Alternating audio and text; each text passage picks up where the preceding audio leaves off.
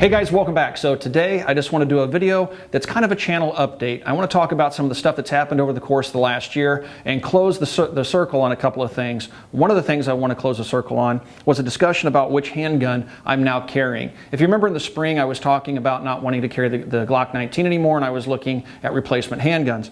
The two handguns I was giving the heaviest consideration to at the time were the Sphinx SDP, which I'm holding here in my left hand, and then the Lionheart LH9, both 9mm handguns that I'm holding here in my right hand. So I want to talk about that. I want to let you guys know which handgun I've chosen as my daily carry handgun.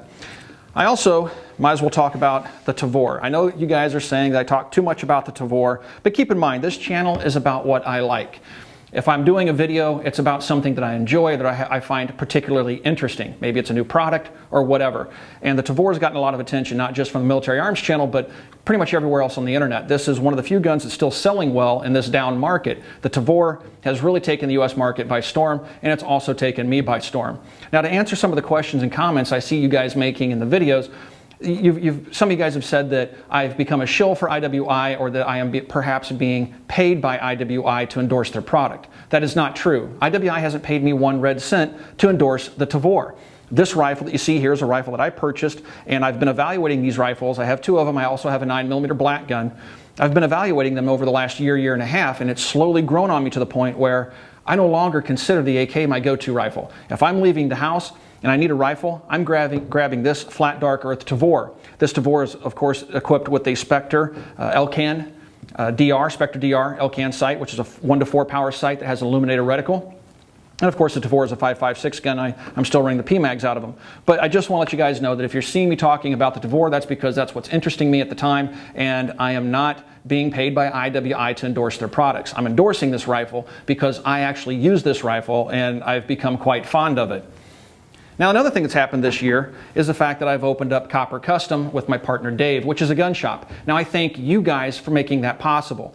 You guys, through your continued support of the channel, watching the videos, liking the videos, sharing the videos, that popularity has led me into the whole gun business. It's allowed me to open up a gun shop, and now I'm doing what I really enjoy and I really love. We're standing right now in Copper Custom. We are a Class 3 dealer. That means that we can deal in short-barreled rifles, machine guns, suppressors, and all the fun stuff. So you're going to see a lot more of that stuff on the Military Arms channel going forward now that I have that Class 3 license. I also have a federal explosives license, which means you'll start seeing some more explosives here on the channel. Now, I'm not going to go all FPS Russia and blow up everything in sight. I love the videos that he produces, but I'm going to try to keep it, follow the same theme and the pattern that I've established over the years of the Military Arms channel. But just know that we do have the ability now to blow things up. So that ought to also be fun. Now, what's kind of fun about the gun shop here? Now, to answer some more questions some of you guys have had or comments you've made on the channel about the gun shop. You're saying, well, now you're just endorsing products because you're trying to sell them and make money. Again, that's not true. What you're going to find for sale in this gun shop are things that I've tested, that I like, that I personally use, or would tell my best friend they should perhaps buy. I don't have to carry a product. You'll notice over here on the wall behind me, you're not going to see a Kel-Tec KSG. That's because I didn't have very good luck with the Kel-Tec products. I didn't have good luck with the RFB. You'll notice there's no RFB on the wall. As a matter of fact, you won't see an R51 hanging on the wall for sale. I have kept an R51 because I want to show you guys what the new R51 looks like. They did cancel production in May, and they're talking about releasing a new pistol in October, so I did keep one, but I will never sell it to anybody. And anybody that asks about the R51, I tell them it's a bad pistol.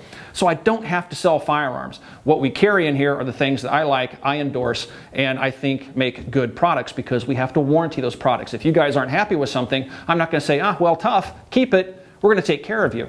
So don't think that just because I have a gun shop that it has changed the tone or the demeanor of this channel. We still give honest reviews. If I don't like something, I'm going to tell you guys I don't like it, and you're not going to see it hanging on the wall here in Copper Custom. So anyway, let's go out to the range. Let's talk about which handgun I've now chosen as my daily carry handgun. The 2 pistols I was considering to replace my Glock 19 as my carry gun are the Sphinx SDP, which is a 9mm double action pistol. It's very similar to the CZ75, both in terms of how the controls work and what the ergonomics are like, and of course how it's built as well. It has the reversed rails and things like that. The other pistol I was considering is the Lionheart LH9. This is basically a South Korean service pistol. It's also 9mm. It has a double action trigger, but it also has a unique double action system where once the pistol's loaded, you can push the hammer forward, and now the double action is really a very light two-stage trigger that gives you some peace of mind. So it gives you kind of that intermediate ground between a full-on double action pistol and something more like a striker-fired pistol, or pistol in this case that would be carried around single action. This one also has a manual safety, whereas the SDP does not. So the reason why I was considering picking up a double action pistol and replacing my Glock 19 with one, well, it's twofold, the reasons why I was considering it. First of all, we had a really brutal winter this last winter here in Northwest Indiana. It was really cold outside, and I found myself wearing gloves quite a bit. I realized very quickly that when I drew my Glock 19 from the holster with the gloved hand, I was unable to get my finger into the trigger guard and onto the trigger without applying too much pressure, I should say, to the trigger itself. The glove was just too thick on my index finger. And so that made me a little bit nervous. I thought, wow, this is something I'd never considered before, because I don't normally have to wear gloves and don't like to wear gloves in the winter.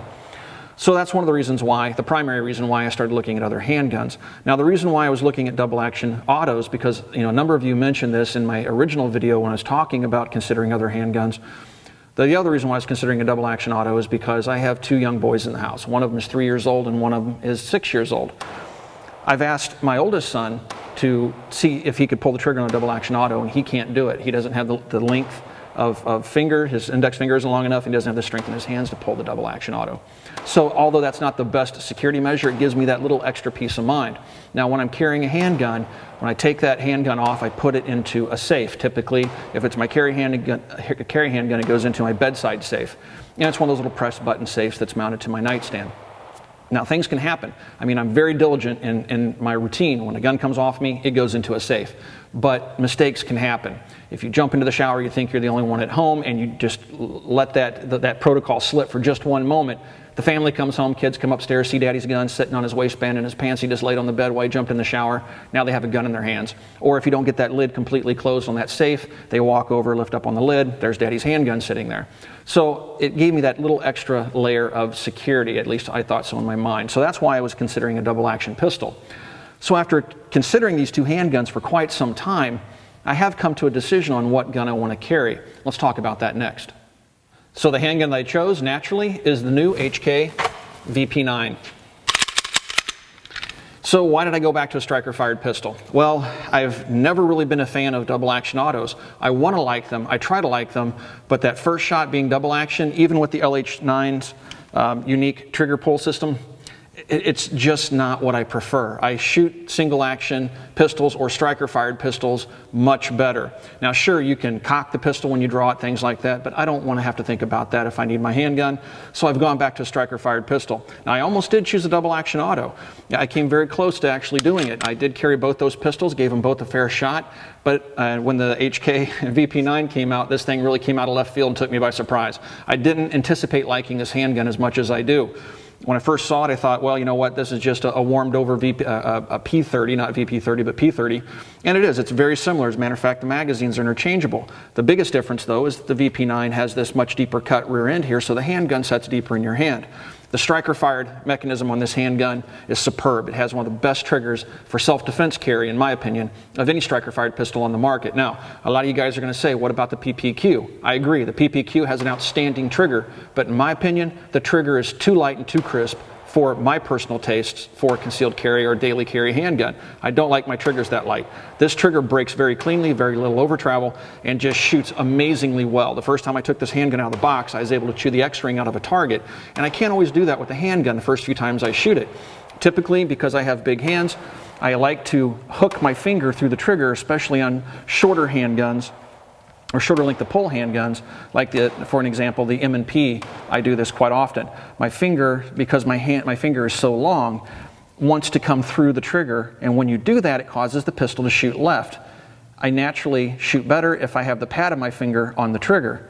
With the VP9, the length of pull, the distance between the face of the trigger and the back of the handgun, is such that my pad of my finger naturally falls on the trigger. I'm not inclined to stick my finger through the trigger guard, thus causing my gun to shoot to the left. So the handgun shot very well for me. Now it's been 100% reliable. I've fired just about every type of 9mm ammunition through it I can get my hands on, and it carries nicely. Now it's not quite as small as the other pistols. Here's the SDP. The SDP is just slightly smaller, but but the grip is about the same. Now keep in mind in terms of the length, and this is the most critical factor when trying to conceal a handgun, the length of this grip. The same thing with the Lionheart, just maybe a scotch smaller, but not much so. But just like the VP30, I keep calling it the VP30, just like the P30 before it, the VP9 is somewhere in between a full-size service handgun and a compact handgun like the G19. So it carries nicely. Now, the holster that I've chosen to carry it in is a contact concealment inside the waistband holster. I have a cant on the holster so the gun carries like this, and the reason why I do that is because when I'm concealing it under a cover garment, it cants the pistol forward and keeps the butt of the pistol from printing. If I carry it straight up and down, you'll notice that it sticks out and the shirt is more inclined to print that's covering it. So with that slight cant forward, when I carry it just behind my hip, the handgun, despite its size, still carries very nicely. So that's it. That's the handgun I'm carrying currently. Now I do have other options when I carry the handgun. This is an outside the waistband holster. This is also from contact concealment. If in the winter I don't want to do inside the waistband, I have a cover garment that'll cover it, like a coat, something like that. I have the option of going outside the waistband. This is that new popular wolf gray Kydex. But typically, I find myself just go ahead and carrying it inside the waistband. Now, another thing I like about the contact concealment inside the waistband holsters is when I'm taking my kids to school, for example, you have laws that prevent you from carrying handguns into the school.